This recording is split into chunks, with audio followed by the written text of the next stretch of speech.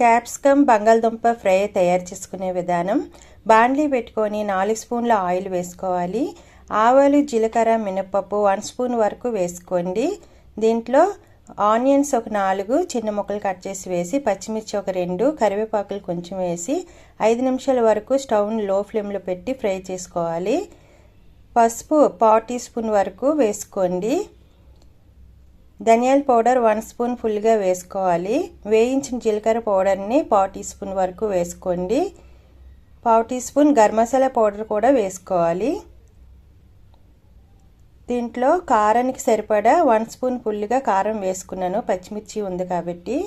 ఇప్పుడు ఇవన్నీ కూడా స్టవ్ని లో ఫ్లేమ్లో పెట్టి 5 మినిట్స్ వరకు ఇలాగే ఫ్రై చేసుకోవాలి. టమాటీల్ని చిన్న చిన్న ముక్కలు కట్ చేసి ఒక పెద్ద సైజు టమాటీని తీసుకొని ఇవి కూడా వేసి మూత పెట్టుకోండి. ఇలా కలిపి మూత పెట్టి ఇప్పుడు ఇలా మగ్గిన తర్వాత మొత్తం కలుపుకొని బంగాళదుంపల్ని ఒక 5 తీసుకొని చిన్న చిన్న ముక్కలు కట్ చేసుకొని శుభ్రంగా కడిగి వేసుకోవాలి. వీటిని అన్నిటినీ కూడా మొత్తం కలుపుకునేక మూత పెట్టి ఒక 5 మినిట్స్ వరకు లో ఫ్లేమ్లోనే మగ్గించుకోండి. ఇలా మగ్గిన తర్వాత మొత్తం కలుపుకోండి. వాటర్ ఏమి వేసుకోకూడదు.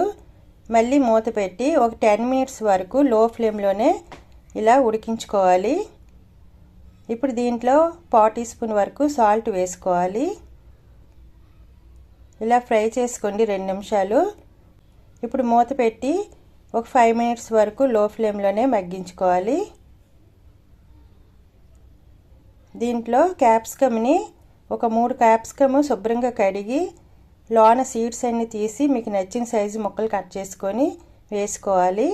ఇవన్నీ ఇలా కలుపుకునేక ఈ క్యాప్సికమ్ అన్నిటిని కూడా వేసుకొని మొత్తం ఇలా కలుపుకోండి. ఒక 5 నిమిషాల వరకు ఇలాగే కలుపుకున్న తర్వాత మూత పెట్టి ఒక 10 మినిట్స్ లో ఫ్లేమ్లోనే ఉడికించుకోవాలి. క్యాప్సికమ్ బంగాళదుంపలు ఇలా కలర్ చేంజ్ అయ్యాక దీంట్లో కసూరి మేతి 1 స్పూన్ వరకు వేసుకోండి.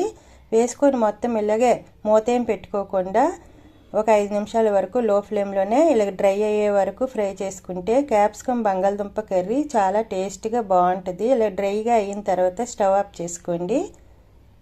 ఇది చపాతీల్లోకి, రైస్లోకి చాలా టేస్టీగా బాగుంటుంది.